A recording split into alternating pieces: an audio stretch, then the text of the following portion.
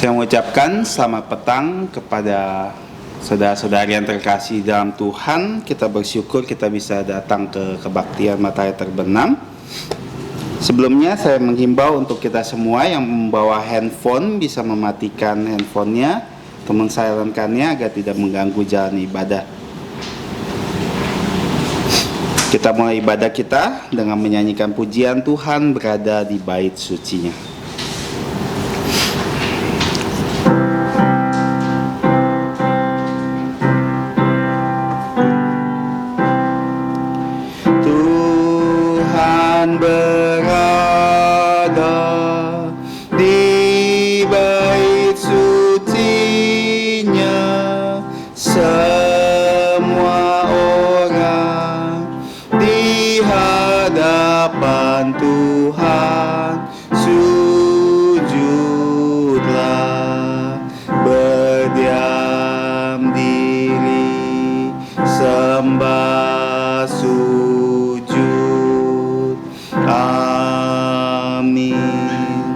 Mari kita bersatu teduh.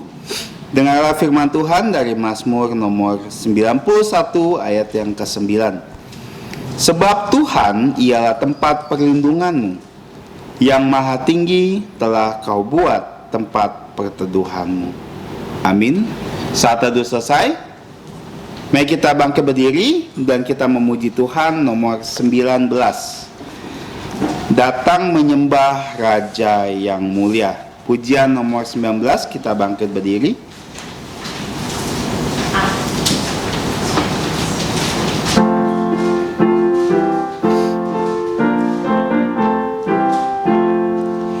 Datang menyembah Raja yang mulia, ku mau memuji tentang kasih-Nya. Sejak dahulu Dialah pelindungku, Dia bertata di sorga penuh mulia. Datang memuji kasih-Nya besar, tangan jubahnya langit tirainya. Allah datang menembus awan gelap, guntur angin topan tak meripinya. Ku mau tuturkan kasih rahmat-Nya, tiupkan napasnya, pancarkannya. Sumber dari bukit turun ke ladang, Ya curahkan hujan sejukkan bumi. Kuasa-Nya besar, kasih-Nya ajaib, malaikat sorga memuji Dia. Meski ku rendah, suaraku lemah, namun ku mau puji Tuhan penebus. Kita tetap berdiri dan kita masuk di dalam doa. Bapa kami yang ada di surga, Bapa dari Tuhan kami Yesus Kristus, kami sungguh bersyukur Bapa atas keselamatan yang Kau berikan di dalam Tuhan Yesus Kristus, yang sangat berharga untuk dunia ini, namun diberikan cuma-cuma untuk setiap orang yang percaya di dalam nama Tuhan Yesus. Kami bersyukur Bapa karena kami percaya kepada Tuhan Yesus. Kau telah mengangkat kami sebagai anak-anak-Mu, sehingga di dalam dunia yang penuh dengan gelisah, ketakutan, dan mara bahaya, Engkau selalu beserta kami, karena Engkau adalah Immanuel. Kami bersyukur Bapa, karena seminggu ini Engkau telah menyertai kami, dan tiba saatnya di penghujung hari ini kami bisa datang di hadapan-Mu. Tolong Bapa, sehingga kami bisa dipersiapkan, jiwa kami dan pikiran kami bisa tertuju untuk menyembah, memuji-Mu, bahkan mendengarkan sabda-Mu. Tolong kami Bapa, sehingga kami bisa menyembah Engkau di dalam roh dan di dalam kebenaran. Dan kami mohon Engkau mengampuni segala dosa dan pelanggaran kami, sehingga melalui darah Tuhan Yesus menghapus segala dosa kami, sehingga kami dilayakkan untuk datang di hadapan-Mu. Terima kasih ya Bapa. Kami panjatkan segala ucapan syukur, doa kami, dan memohon pengampunan dosa hanya di dalam nama Tuhan Yesus Kristus, yang di dunia ini telah mengajarkan kami doa Bapa kami yang berbunyi: Bapa kami yang di sorga, dikuduskanlah nama-Mu, datanglah kerajaan-Mu, jadilah kehendak-Mu di bumi seperti di sorga. Berikanlah kami pada hari ini makanan harian kami, dan ampunilah kami akan kesalahan kami, seperti kami juga mengampuni orang yang bersalah kepada kami. Dan janganlah membawa kami ke dalam pencobaan, tapi lepaskanlah kami dari yang jahat. Karena Engkaulah yang mempunyai kerajaan dan kuasa dan kemuliaan sampai selama-lamanya. Amin. Gloria Patri.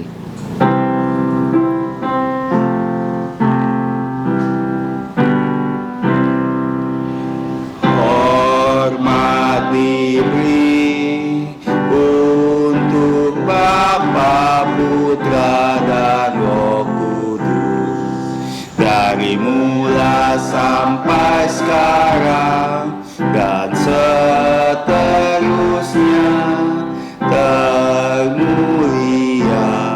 Amin. Amin. Jemaat Tuhan dipersilakan untuk duduk.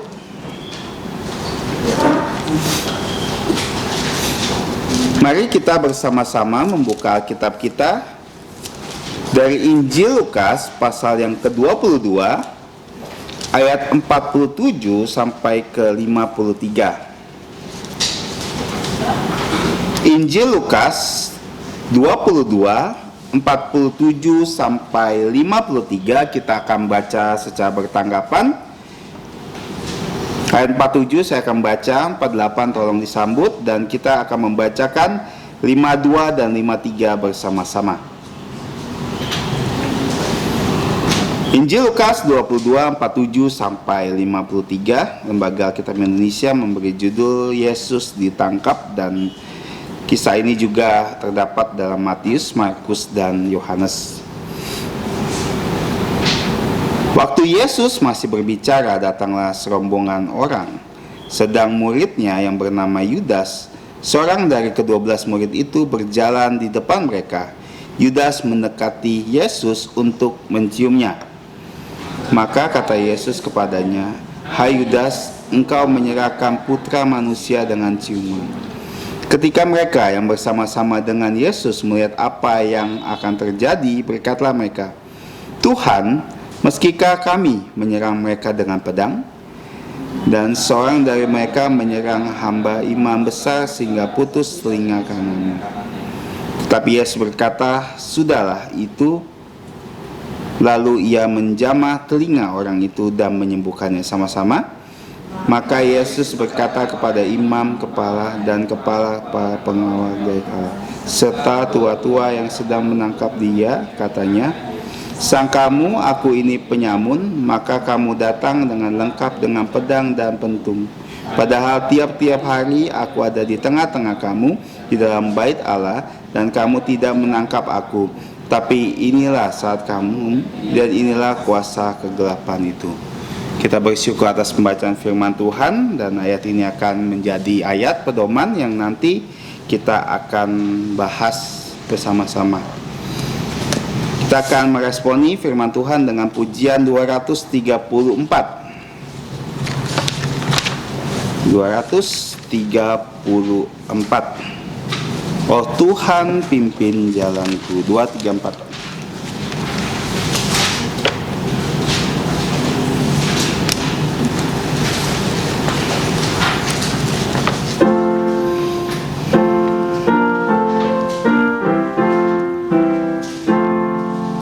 Oh Tuhan, pimpin jalanku melewati hidupku. Ku lemah, Kau Maha Kuasa.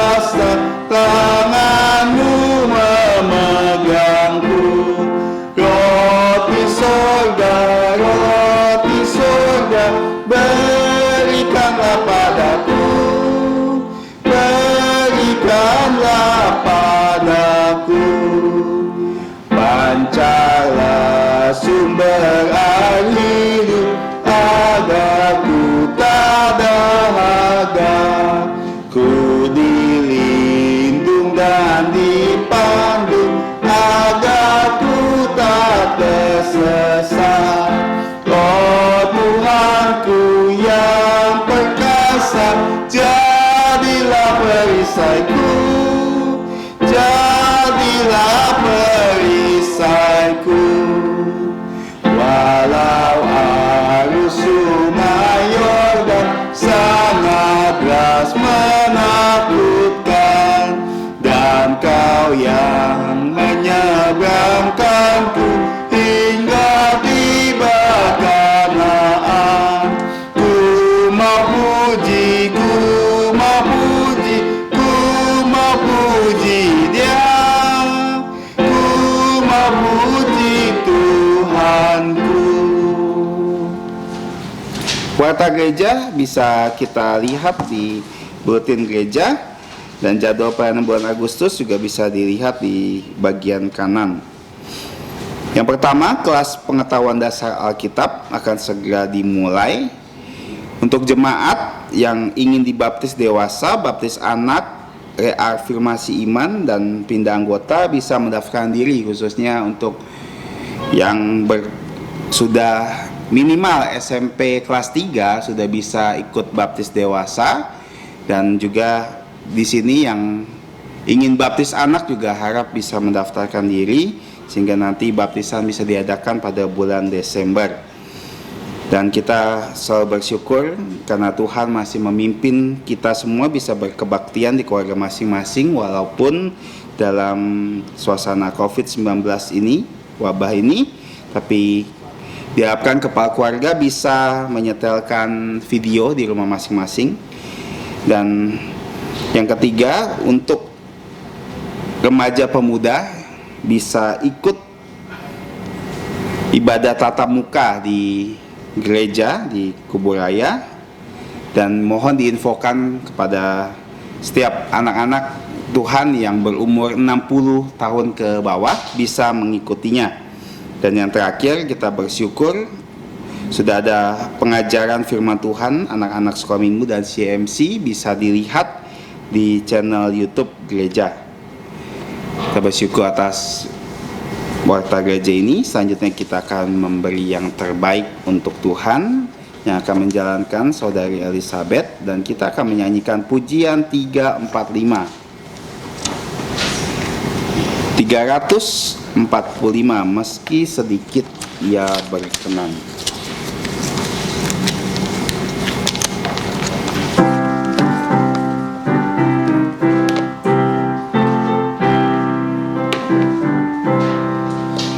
Ladang yang sudah menguning, adakah yang menuai?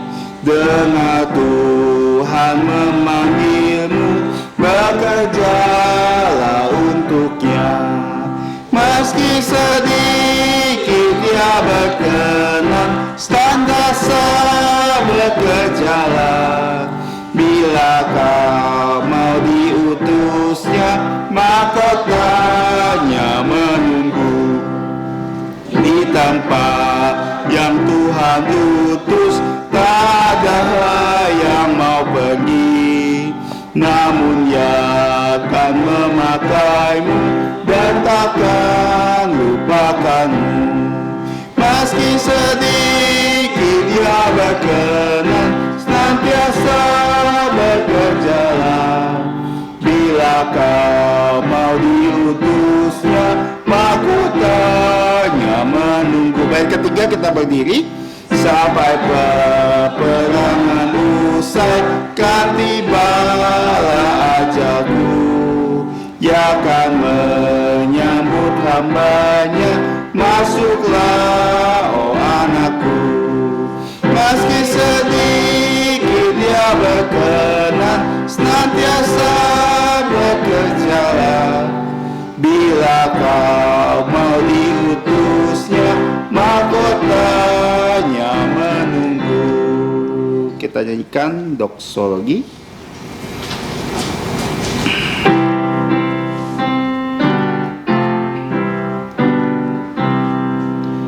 Puji Allah berberkat, puji Dia semua ciptaannya, puji Dia para malaikat, Bapa, Putra, dan Roh Kudus.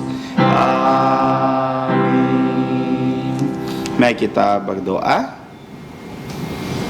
Bapa kami yang ada di surga, Bapa sumber berkat kami sekali lagi bersyukur karena Engkau telah memimpin ibadah kami dari awal sampai pertengahan ini.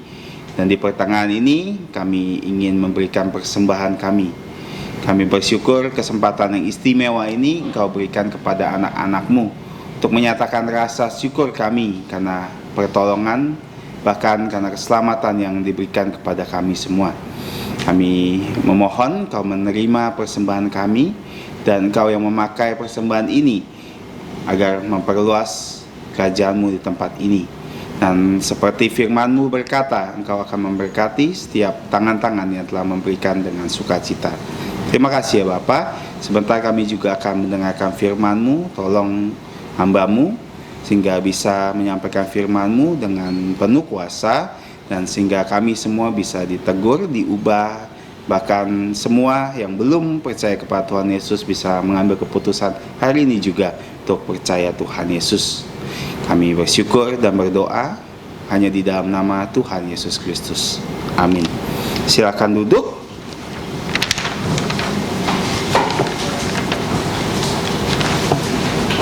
Untuk anak-anak bisa menuju ruang kelas di bawah.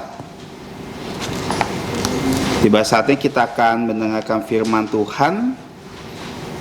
Hari ini seperti yang tadi teks yang telah kita baca, temanya adalah mujizat Tuhan Yesus terhadap bagaimana Tuhan Yesus berkuasa terhadap tubuh manusia, bagaimana Tuhan Yesus menyembuhkan telinga yang terpotong. Dan hari ini akan dibawakan oleh Guru Injil Peter Yoksan kepada hamba yang dipersilakan. Saudara-saudari yang saya kasih dalam Tuhan Yesus Kristus, selamat petang. Sebelum kita mendengarkan firman Tuhan, mari kita membuka satu ayat saja dari Roma 8:28. Roma 8 ayat 28, suatu ayat yang sudah sangat kita kenal dan sebagian dari kita sudah dapat menghafalnya. Roma 8:28. Kita tahu sekarang bahwa Allah turut bekerja dalam segala sesuatu untuk mendatangkan kebaikan untuk mereka yang mengasihi Dia, yaitu untuk mereka yang terpanggil sesuai dengan rencana Allah. Mari kita bersatu dalam doa. Bapa kami di surga, kami mengucap syukur karena firman-Mu dan Tuhan Yesus dan Roh Kudus adalah hadiah-Mu yang terbaik untuk kami. Sekarang kami mau merenungkan firman-Mu, tetapi kami sadar kami manusia yang terbatas. Firman-Mu itu maha kuasa, maha tinggi, karena itu kami perlu bantuan Roh Kudus untuk menjadi maha guru kami. Ya Bapa, ampunilah dosa kami, urapi kami dengan Roh Kudus agar kami dapat menerima firman-Mu dan dapat membuahkan buah pertobatan dan buah Roh Kudus untuk kemuliaan nama dari Putra-Mu Tuhan Yesus. Demikianlah ya Bapa doa kami, dalam nama Tuhan Yesus kami berdoa dan mengucap syukur. Amin. Telinga yang dipotong oleh Petrus dengan pedang pendek terus langsung disambung oleh Tuhan Yesus pada saat itu juga. Kalau secara kronologis ini adalah mujizat yang paling akhir ya sebelum Tuhan Yesus disalib. Nah, kalau kita lihat bahwa Roma 8:28 itu mengatakan pada kita untuk setiap orang yang sudah percaya Yesus, segala sesuatu yang terjadi dalam hidup kita tidak pernah terjadi secara kebetulan. Dan seperti pada hari ini dalam kebaktian umum pagi, kita juga bersama-sama itu merenungkan ya perikop yang sama. Tetapi pada malam ini itu kita hanya fokus kepada peristiwa bagaimana telinga yang dipotong itu langsung disambungkan oleh Tuhan Yesus. Dan saya percaya ya, penyambungan ini nanti akan menjadi inspirasi dari dokter bedah. Mereka berani memotong liver dan disambungkan dengan liver lain loh. Sebelumnya ada nggak orang menyambung seperti itu? Nggak ada ceritanya kan. Jadi pada zaman sekarang ada dokter-dokter bisa menyambung liver, paru-paru yang kena COVID. Orang tuh tidak bisa hidup lagi kalau paru-parunya tidak diambil, ya kemudian disambungkan dengan paru-paru dari pendonor. Nah, ada latar belakang seperti itu. Nah, kalau kita lihat ya di dalam keempat Injil, karena ini dicatat di Matius, Markus, Lukas, bahkan Yohanes ya. Dan Injil bisa kita lihat secara sintesis seperti ini, menyatu ya, yang tadi pagi sudah saya sampaikan di gereja. Nah, tetapi Injil juga ya bisa dilihat secara sinopsis. Jadi 4 Injil itu dibuka bersama-sama. Matiusnya dibaca, Markusnya dibaca, Lukasnya dibaca, Yohanesnya pun dibaca. Jadi secara sintetis atau secara sinopsis dipandang secara bersama-sama. Kalau kita lihat ya khotbah pada malam hari ini hanya satu poin, yaitu Tuhan Yesus bisa membuat, karena dia Allah, yang jahat jadi baik. Ya, saya sering katakan iblis itu senantiasa mau membuat hidup orang Kristen menjadi hitam, menjadi sedih, menjadi tidak punya masa depan. Nah, tetapi ya apa yang Tuhan lakukan, dia mau buat hidup kita itu berwarna-warni seperti pelangi, 7 warna yang indah sekali. Nah, itu keahlian dari Allah. Kalau kamu percaya Yesus, walaupun peristiwanya itu di mata manusia itu sepertinya peristiwa yang sedih, peristiwa yang tidak menyenangkan, peristiwa yang jahat, tetapi oleh Tuhan Yesus bisa dibalik menjadi yang baik. Contohnya apa? Salib. Salib itu adalah peristiwa paling jahat di muka bumi, tetapi Tuhan membalikkan salib yang paling jahat itu menjadi darah Yesus yang bisa menghapus dosa seluruh dunia. Nah, itu tema dalam Alkitab. Apa sih tema Alkitab? Kalau kamu percaya Yesus, segala sesuatu bekerja sesuai dengan rencana desain Allah untuk mendatangkan kebaikan. Ini keluar dari mulut dari siapa? Mulutnya Yusuf. Yusuf dijahati oleh abang-abangnya, dijual ke Mesir, dibuat jadi budak. Tetapi puji Tuhan, pada umur 30 tahun Tuhan membuat Yusuf menjadi perdana menteri yang paling berkuasa di muka bumi pada saat itu. Dia orang nomor 2 dari Firaun. Mesir pada saat itu adalah kerajaan paling besar di muka bumi. Dia berkata kepada abang-abangnya setelah bapaknya mati, karena abang-abangnya takut Yusuf membalas dendam. Yusuf yang mengucapkan firman Tuhan, kamu berbuat jahat padaku, tapi Tuhan berbuat baik padaku. Jadi kalau kamu percaya Yesus, segala sesuatu bekerja untuk mendatangkan kebaikan. Tapi pertanyaannya sekarang, apakah kamu sudah percaya Yesus? Belum. Kalau kamu sudah percaya Yesus, semua yang terjadi itu seperti arloji ini. Ya, arloji ini di dalamnya, karena ini arloji yang manual, di dalamnya banyak ya part ya, seperti saudara Salino yang bekerja di bagian sepeda motor. Ya, dia tahu persis berapa jenis spare part sepeda motor. Dan spare part sepeda motor itu berputar satu arah. Nggak ada ya spare part sepeda motor semuanya itu berputar begini. Ya, membuat ya roda itu bergerak maju ke depan. Nggak ada satu part di dalam motor itu berputar begini, melawan putaran ke depan, nggak ada. Jadi segala sesuatu menurut Roma 8 ayat 28 itu bekerja mendatangkan kebaikan. Nah, sekarang kita lihat ya, peristiwa apa yang tidak menyenangkan yang sedang terjadi dengan murid-murid Yesus.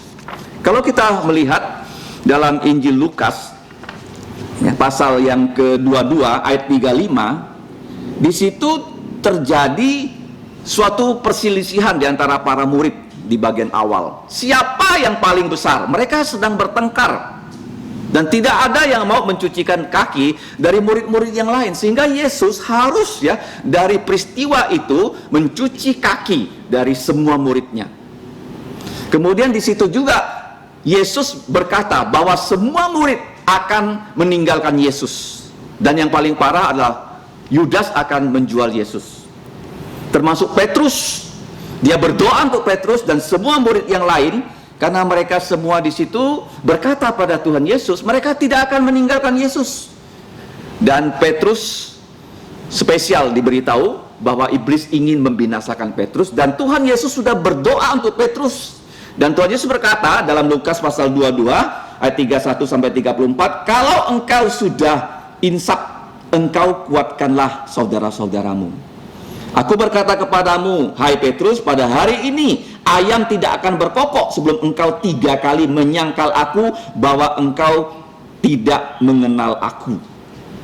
Nah, setelah itu Yesus bertanya pada mereka, kalian kan sudah pernah saya utus berdua-dua untuk memberitakan Injil ke desa-desa dan kota-kota. Saya melarang kamu membawa pundi-pundi, melarang kamu membawa kantong, bahkan melarang kamu membawa sandal 2 potong. Artinya kalau kamu berjalan, sandal kamu nggak akan putus.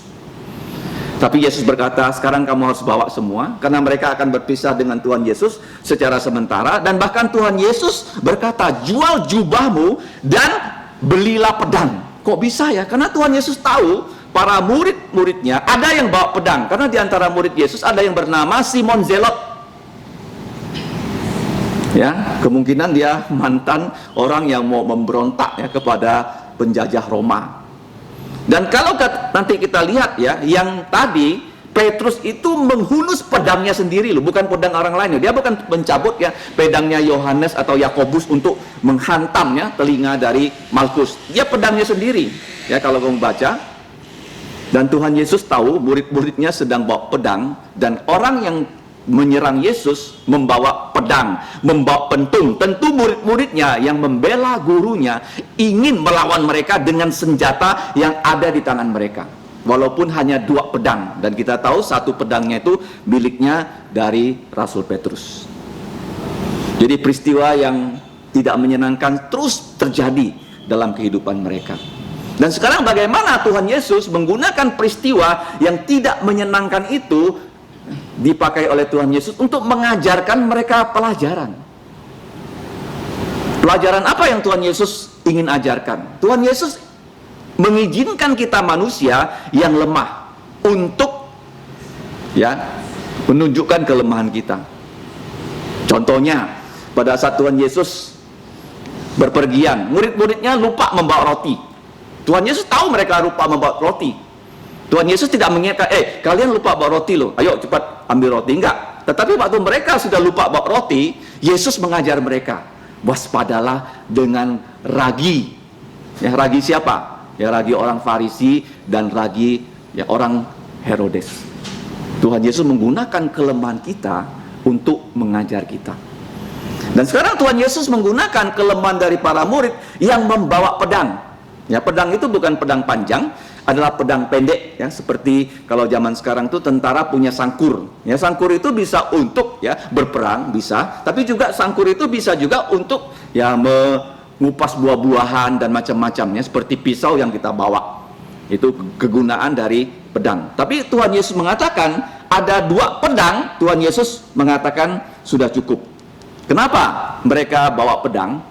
Dan kenapa orang-orang yang menangkap Yesus dengan pedang? Dari ayat yang tadi kita baca, yaitu dalam Injil Lukas pasal 22 ayat 47 sampai ayat yang ke-53. Di situ waktu Tuhan Yesus sudah berdoa di Taman Getsemani. Dan waktu Tuhan Yesus mengajak murid-muridnya bangun, datanglah Yudas yang menjual Yesus. Dan Yudas ini, kalau kita baca di dalam Injil Tuhan Yesus, itu membawa begitu banyak orang. Prajurit dibawa, satpam bait Allah dibawa, dan dikatakan di Alkitab mereka membawa pedang, membawa pentung, membawa lampu, membawa obor. ya, supaya terang benderang dan mereka jangan sampai salah menangkap orang. Mereka harus menangkap Tuhan Yesus.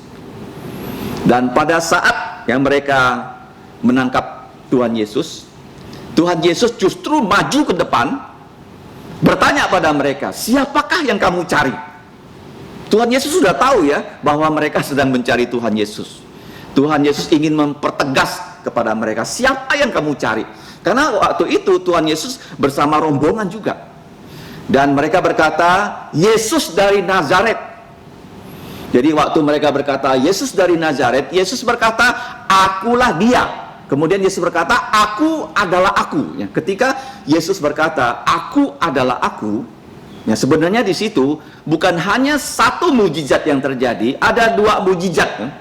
Mujizat yang pertama adalah ketika Yesus berkata, aku adalah aku, mereka itu yang mau menangkap Yesus tiba-tiba mundur. Ya, kenapa? Karena mana ada orang berani menangkap Tuhan. Tuhan Yesus itu bukan hanya manusia sejati, dia Tuhan sejati. Ketika dia berkata, aku adalah aku, siapa yang berani menangkap dia? Cari mati. Dan bukan hanya sampai di situ saja, mereka mundur dan mereka tersandung dan jatuh ke belakang. Seperti sekarang gereja-gereja karismatik, pendeta-pendetanya suka mendorong ya, jidat dari jemaat dan jemaatnya jatuh ke belakang. Itu bukan Roh Kudus, itu kuasa kegelapan. Dalam gereja pun ya, pendeta yang mempraktekkan kuasa kegelapan. Jadi waspada ya, zaman sekarang banyak beredar video-video di YouTube. Kamu harus waspada, harus tahu gereja itu apakah gereja yang berdasarkan firman Tuhan atau tidak. Jadi mujizat yang pertama terjadi, mereka jatuh ke belakang. Tetapi setelah itu Yesus izinkan mereka menangkap Yesus. Jadi saat yang murid-murid melihat begitu banyak orang datang menangkap Tuhan Yesus, maka kita lihat ya, Yudas yang beraksi. Yudas mendekati Yesus dan dikatakan Yudas menyapa Yesus, hai guruku. Rabi itu artinya guruku loh. Sepertinya dia datang pada Tuhan Yesus, hormat dulu begini ya, hai guruku. Orang paling munafik, kelihatannya hormat, tapi apa? Dia mau menjual Yesus. Dia mau menunjukkan pada orang, bukan hormat pada Yesus ya, supaya orang tahu siapa Yesus dan di mana Yesus, dan mereka bisa menangkap Yesus, jangan menangkap salah orang, dan Yudas bisa mendapatkan uang dari mereka. Terus peristiwa kedua, Yudas mencium Yesus. Ya, kalau kita lihat di budaya Timur Tengah, orang Cipika-Cipiki itu ya tandanya mereka bersahabat. Makanya Yesus ya berkata, hai kawan. Di sini dikatakan, hai Yudas, ya, engkau menyerahkan putra manusia dengan ciumankah? Artinya begini loh, Yudas sebenarnya dia mencium Yesus, tetapi dia juga dari belakang dia menikam Yesus. Nah, Tuhan Yesus kalau dia tidak rela ditangkap, Tuhan Yesus tidak bisa ditangkap. Karena sebelumnya kita baca dalam keempat Injil, begitu banyak mereka mau menyerang Yesus dengan berbagai tipu muslihat loh. Tak satu pun mereka bisa mengalahkan Tuhan Yesus. Satu persatu tipu muslihat mereka dikalahkan oleh Tuhan Yesus. Kenapa? Karena Tuhan Yesus itu adalah Allah yang maha kuasa, Allah yang maha tahu, dan Allah yang sumber kebenaran. Dan ketika mereka tidak satupun bisa mengalahkan Tuhan Yesus dalam setiap perdebatan, dalam masalah apapun yang mereka ajukan pada Yesus, Yesus selalu menunjukkan, inilah yang benar, kalian salah, inilah yang benar, kalian salah. Selalu begitu. Kalau Yesus tidak mau menyerahkan diri, Yesus tidak bisa ditangkap. Nah, dikatakan di sini bahwa ketika Yudas sudah mencium Yesus, mereka semua sudah tahu siapa yang harus ditangkap. Dan Yesus pun siap untuk ditangkap. Dan ketika mereka melihat apa yang terjadi, nah di sini pada ayat 49 dalam Lukas 22, Tuhan, meskikah kami menyerang mereka dengan pedang? Nah, kalau secara strategi perang, mereka hanya punya 2 pedang kecil ya. Bisa nggak mereka melawan ya? Saya rasa rata-rata prajurit yang datang tuh bawa pedang. Ini ibaratnya ya, nah, seperti ya, seekor kucing mau melawan gerombolan singa? Pasti nggak bisa. Ya, mereka hanya punya 2 pedang, dan prajurit yang datang rata-rata bawa senjata. Tetapi di sini kita lihat ya, Petrus tidak menunggu jawaban Tuhan Yesus. Dia langsung ya mencabut pedangnya sendiri, dan dia langsung ya menggunakan pedangnya dan menyerang. Dan orang yang diserang ini bukan orang biasa, karena di sini dikatakan adalah imam besar punya hamba. Dan sehingga telinga kanannya, karena Lukas ini seorang dokter, dia tahu telinga mana yang terpotong putus, yaitu telinga kanan. Nah, kemungkinan begini ya, Petrus bukan orang yang terlatih. Kemungkinan kalau orang mau menyerang dengan pedang, mana mungkin yang dipotong telinganya? Pasti mungkin lehernya atau ditikam jantungnya, kan begitu kan? Tapi Petrus ini mungkin dia takut, ataukah dia tidak terlatih. Jadi yang kena potong itu bukan lehernya, bukan tertikam jantungnya. Seandainya pada saat itu Petrus itu ahli seperti pasukan Kopassus dan Malkus itu, kalau sampai terbunuh oleh Petrus, Yesus bisa bangkitkan loh. Paham nggak? Petrus itu bukan tentara profesional yang sekali pukul musuhnya bisa mati, bukan. Tapi telinga kanannya putus.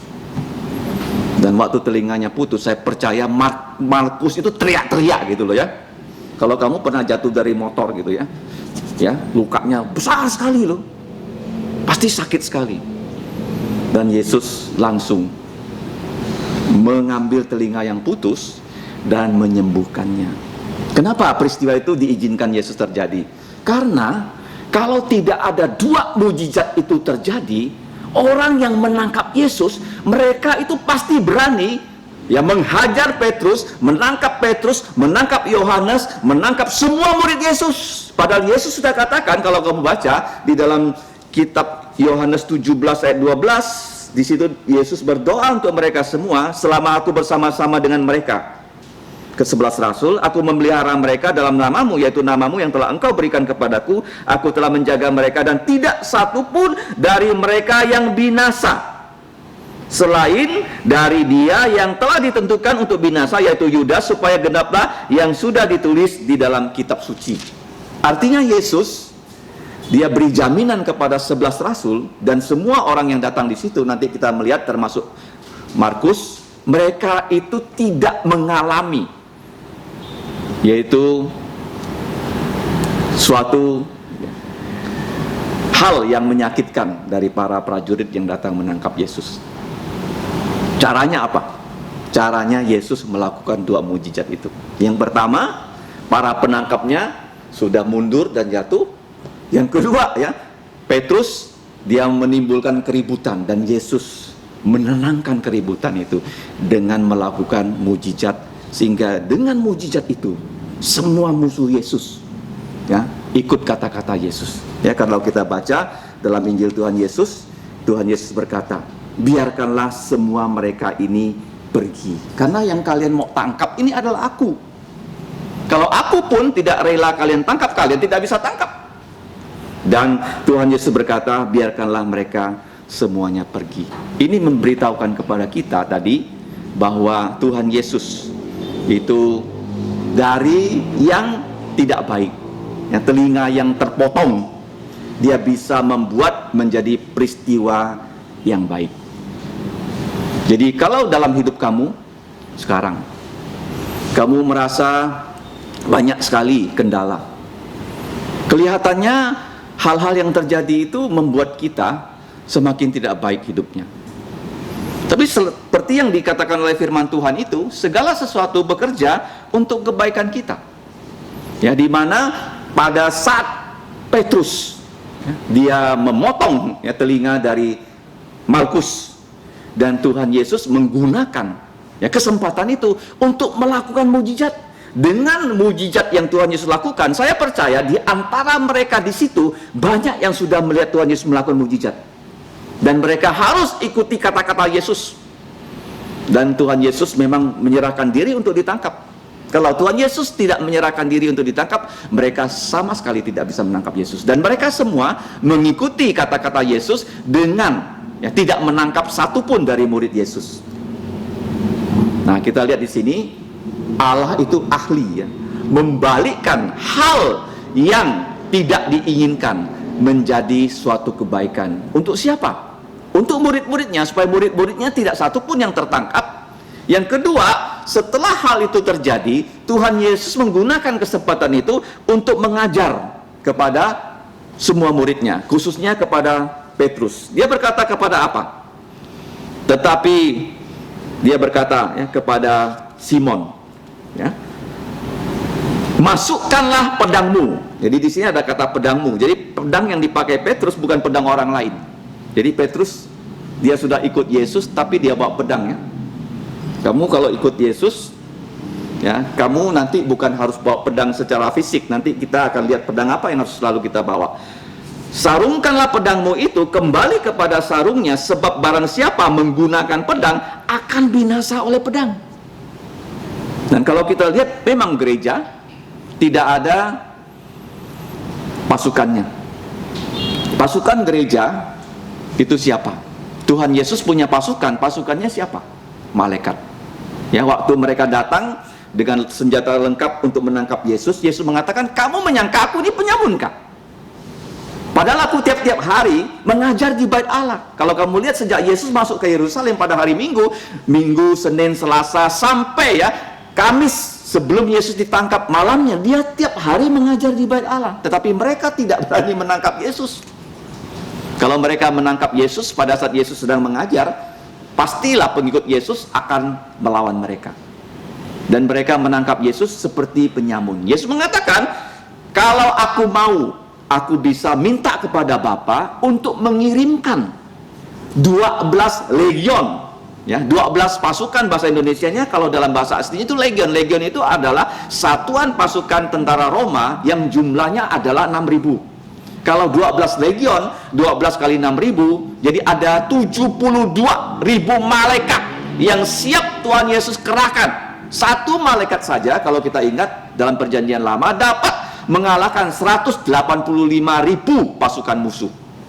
Caranya bagaimana? Satu malaikat dikirim oleh Tuhan untuk mengalahkan tentara Asyur yang dipimpin langsung oleh rajanya. Dan cara malaikat mengalahkan 185 pasukan, ya 185.000 pasukan, dengan membuat mereka jadi gila.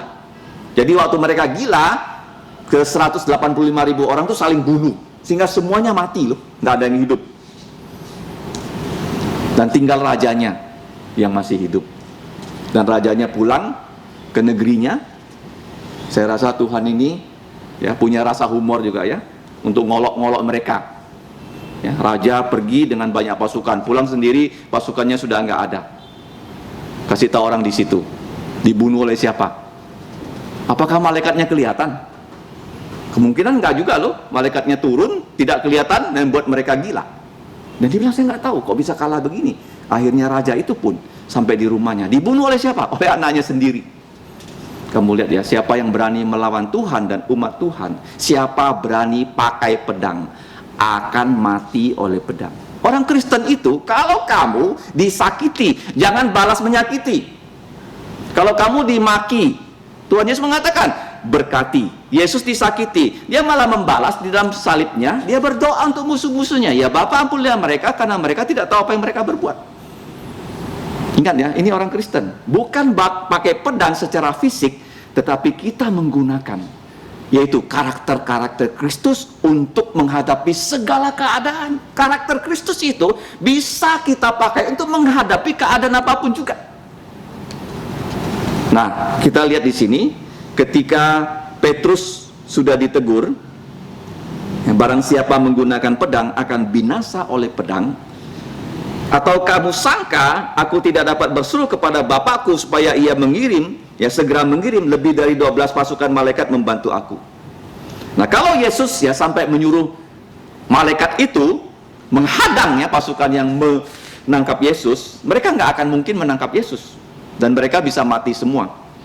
Nah, Tuhan Yesus berkata, jikalau begitu, bagaimana akan digenapi yang sudah ditulis dalam kitab suci yang mengatakan bahwa harus terjadi demikian? Bukankah aku harus minum cawan yang telah disediakan, diberikan Bapa kepadaku? Jadi begini ya, caranya Allah membuat segala sesuatu yang hitam jadi warna pelangi, membuat segala sesuatu yang jahat menjadi baik, itu kuncinya cuma satu, yaitu cawan murka Allah. Kalau tidak ada cawan ini, tidak bisa. Yesus bisa membangkitkan Lazarus, Lazarus mati lagi. Yesus bisa menyembuhkan orang sakit kusta, orang kusta juga mati. Selalu terjadi seperti itu, ya. Kalau Yesus tidak mencurahkan darahnya di salib, dosa-dosa kita tidak bisa dihapus.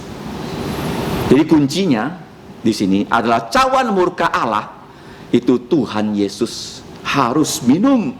Jadi pada saat dia meminum cawan murka Allah itu sebenarnya terjadi pertemuan antara kejahatan manusia yang paling jahat dengan keadilan Allah, dengan kasih Allah itu bertemu di situ. Dan Allah membereskan problem dosa yang sudah terjadi sejak Adam dan Hawa, selesai pada saat itu. Jadi kalau Yesus tidak meminum cawan itu, kejahatan yang terjadi tidak bisa dibalik menjadi kebaikan. Mahkota duri itu membuat Yesus bisa punya mahkota. Salib bisa membuat kita punya mahkota. Ini keahlian Allah. Jadi kalau orang Kristen menghadapi ya hal-hal yang tidak menyenangkan, di balik hal-hal yang tidak menyenangkan, sebenarnya Tuhan punya rencana yang baik. Ya, karena ketika kita percaya Yesus, satu ayat yang terkenal yang tidak boleh kita tidak tahu dan tidak hafal, yaitu Roma. Tadi Roma 8:28, sekarang 2 Korintus, mari kita buka 2 Korintus pasal 5 ayat 17. Jadi siapa yang ada di dalam Kristus, yang sudah sungguh-sungguh percaya Yesus, percaya dia sudah mati untuk dosa kita, percaya ia sudah dikuburkan, dia sudah bangkit pada hari ketiga, percaya sudah menampakkan diri sebagai Tuhan yang mengalahkan maut, ia adalah ciptaan baru. Nah ini loh luar biasa loh, ciptaan baru. Apa itu ciptaan baru? Ciptaan baru di sini adalah patronnya adalah Yesus yang bangkit dari kematian. Kalau kamu mau melihat ya, dunia ini sedang binasa. Salah satu dari banyak contoh adalah COVID-19 yang buat dunia ini kacau balau, dan dunia ini bukan semakin hari semakin baik. Dunia pada satu saat akan ditimpa bukan hanya COVID-19, tetapi 1000 kali lebih mengerikan dari COVID-19. Kalau kamu baca kitab Wahyu, tulah Allah yang dia jatuhkan ke bumi seperti dia tulahkan di Mesir, itu membuat separuh penduduk dunia itu mati, sehingga orang nggak mampu mengubur mayat. Dan dikatakan burung nasar datang memakan mayat-mayat yang tidak bisa dikubur. Kalau separuh manusia mati itu berapa banyak? 3,5 miliar. Dan sekarang pertanyaannya, tidak ada tempat untuk menyelamatkan diri loh. Vaksin nggak bisa lagi ya, tidak bisa pakai pelindung diri, nggak ada, karena murka Allah itu begitu timpakan, semua manusia kena. Jadi satu-satunya cara yaitu Allah mengangkat kita ya dengan tubuh mulia, bertemu Yesus di angkasa. Ya, dunia sekarang sedang mengharapkan vaksin kan, tapi yang kita orang Kristen harapkan Yesus ya segera datang, dia beri kita tubuh mulia dan kita diangkatnya ke angkasa. Dan orang yang mati dalam Yesus harus bangkit dulu punya tubuh mulia. Jadi kalau sekarang kita punya kelemahan, kita punya ya fisik yang sakit-sakitan, ya pada saat Yesus datang kedua kali, kita akan diberi tubuh mulia. Ya, tubuh yang tidak lagi bisa berdosa, tubuh yang tidak bisa mati. Jadi kuncinya hanya satu loh. Allah itu ahli membalik hal yang jahat menjadi yang baik, tetapi harus dengan cawan yang diminum Yesus. Ya, kita kembali ya di dalam Injil Tuhan Yesus dikatakan cawan yang diberikan Bapakku itu harus diminumnya. Dan Yesus sudah berdoa selama 3 kali di Taman Getsemani, kalau sekiranya mungkin cawan ini berlalu. Artinya begini, bisa enggak ya Bapa, ada enggak rencana lain untuk menyelamatkan manusia, jangan dengan aku naik di salib. 3 kali dia berdoa dan dia berkata, bukan kehendakku yang jadi tapi kehendakmu. Enggak ada. Ya, kalau ada orang menawarkan kamu bisa masuk surga dengan mengikuti agama A, agama B, agama C, itu semuanya itu adalah rekayasa dari iblis. Tidak ada manusia di bumi ini yang bisa membawa kita masuk ke dalam surga. Hanyalah Yesus yang datang sebagai manusia sejati, padahal dia Allah sejati, dan dia menjadi manusia yang tanpa dosa. Dia terus naik ke atas salib, menanggung dosa kita, menerima cawan murka Allah, sehingga kebaikan Allah yang paling tinggi loh, apa itu? Mengangkat kita dari orang yang berdosa menjadi anak-anaknya. Itu bisa terjadi. Kalau kamu ditanya, ya, kebaikan apa yang paling baik? Itu kita orang yang harusnya binasa, kita harusnya masuk ke dalam neraka, tetapi kita, ya, yang sudah berbuat dosa, dosa itu Tuhan tidak hukumkan kepada kita sehingga kita masuk neraka. Dia hukumkan kepada siapa? Kepada Tuhan Yesus di atas kayu salib. Nah, sehingga salib itu adalah, tadi saya katakan, pertemuan antara puncaknya dosa manusia dan pertemuan antara keadilan Allah menghukum dosa manusia, dan sekaligus juga pertemuan kasih Allah dalam bentuk darah Yesus yang bisa menghapus dosa kita. Sekarang pertanyaannya, sudah belum kamu datang kepada Bapa, kamu berkata, Bapa, saya orang berdosa, saya perlu Tuhan Yesus, saya perlu darah Tuhan Yesus untuk menghapus dosa saya. Tetapi kita bersyukur, ya, Tuhan Yesus bukan hanya mati di kayu salib saja. Kalau dia hanya mati, dia mati konyol.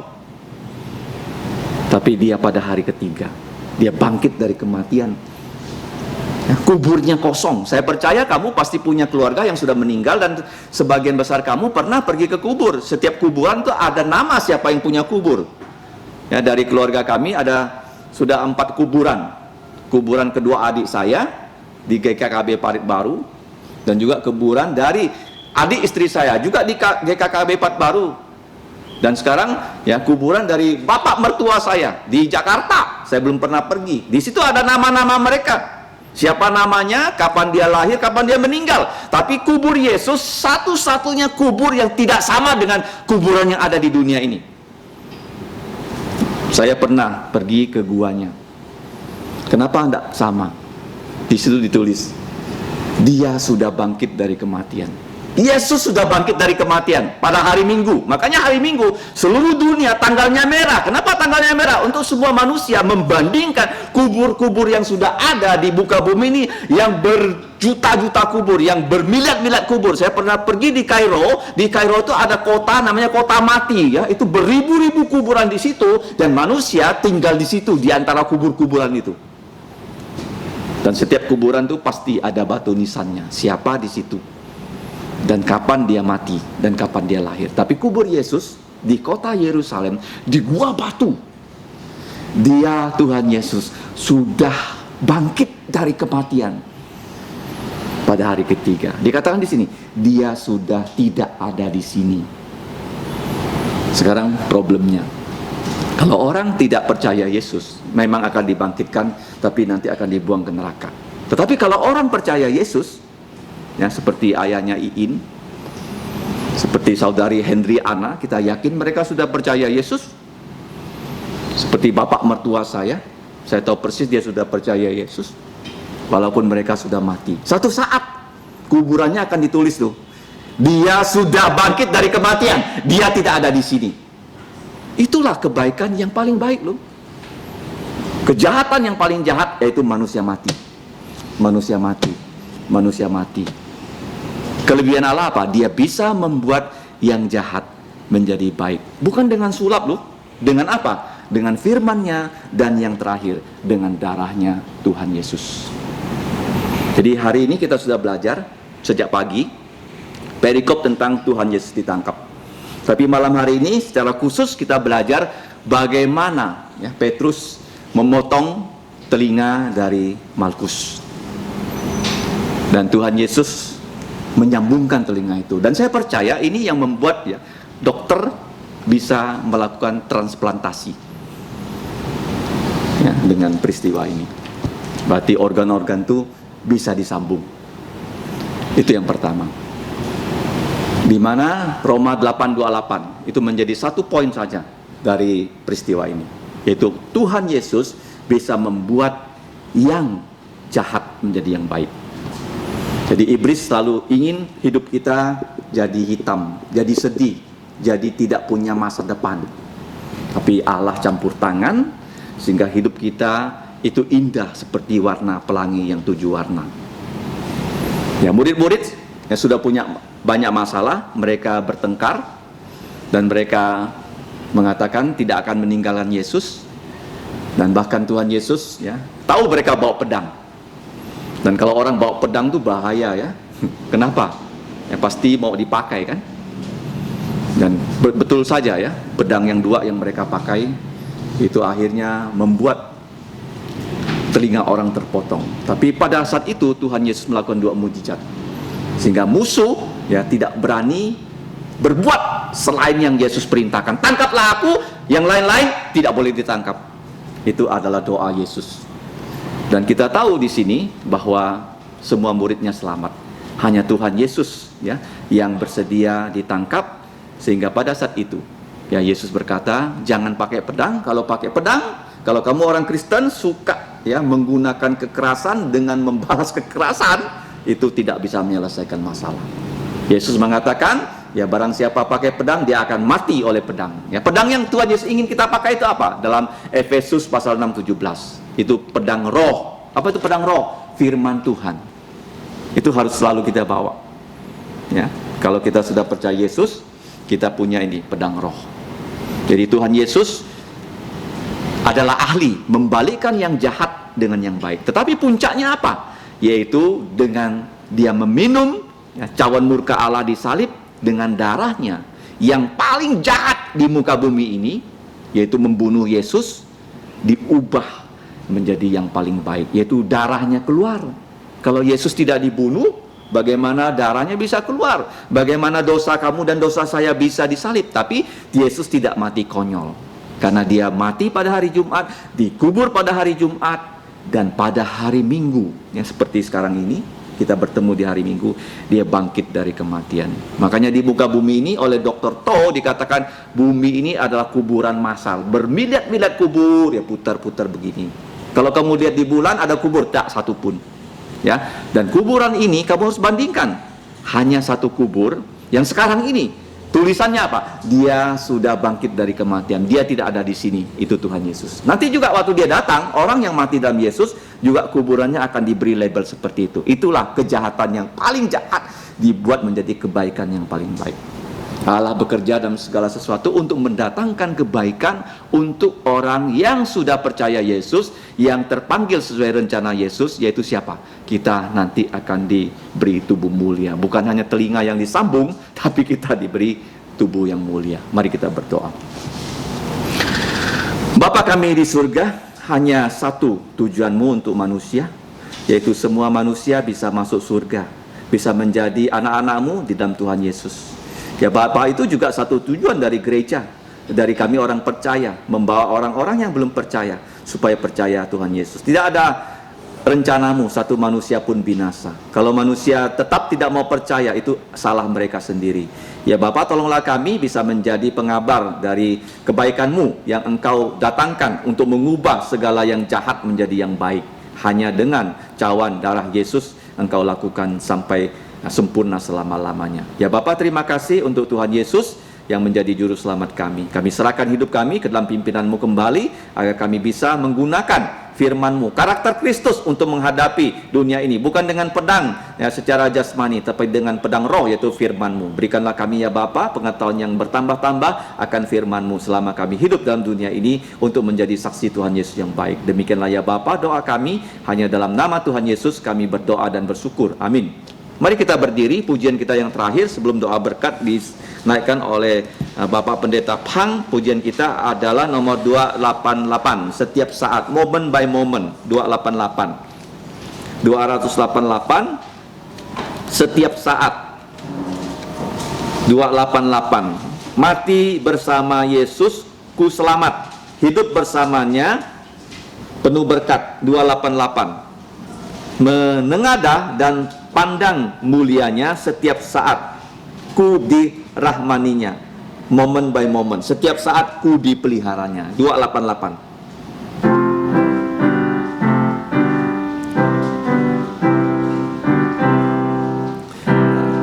Bersama Yesus ku selamat, hidup bersamanya penuh berkat, menengadah dan pandang mulianya.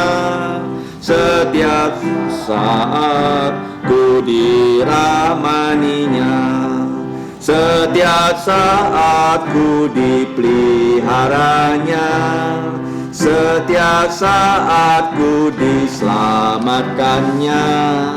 Menengadah dan pandang mulianya, setiap saat ku jadi miliknya. Tiada cobaan yang ia tak tahu, tiada beban yang tak ditanggungnya, tiada khawatirku yang ia tak tahu. Setiap saat ku dikasihinya, setiap saat ku dipeliharanya, setiap saat ku diselamatkannya. Menengadah dan pandang mulianya, setiap saat ku jadi miliknya. Tiada susah yang tak dihiburnya, tiada air mata tak dihapusnya. Ya hadir saat bahaya menimpa, setiap saat ku diberi kasih-Nya, setiap saat ku dipeliharanya, setiap saat ku diselamatkannya. Menengadah dan pandang mulianya, setiap saat ku jadi miliknya. Tiada lemah yang tak ditolongnya, tiada sakit ia tak menyembuhkannya. Lancar atau susah jalan hidupku, setiap saat ku dilindunginya, setiap saat ku dipeliharanya, setiap saat ku diselamatkannya.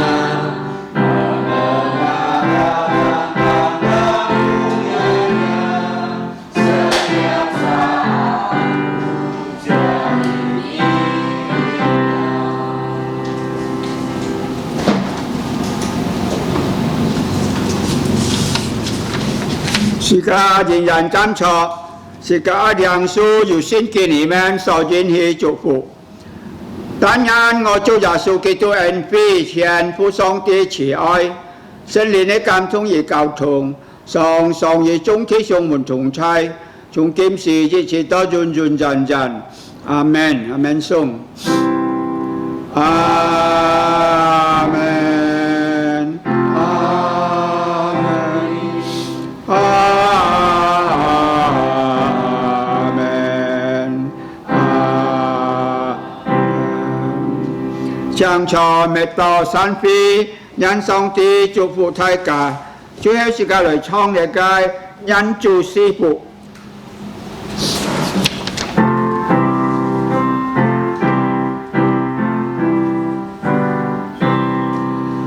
Tuhan memberkatimu, Tuhan melindungimu, memberi kasih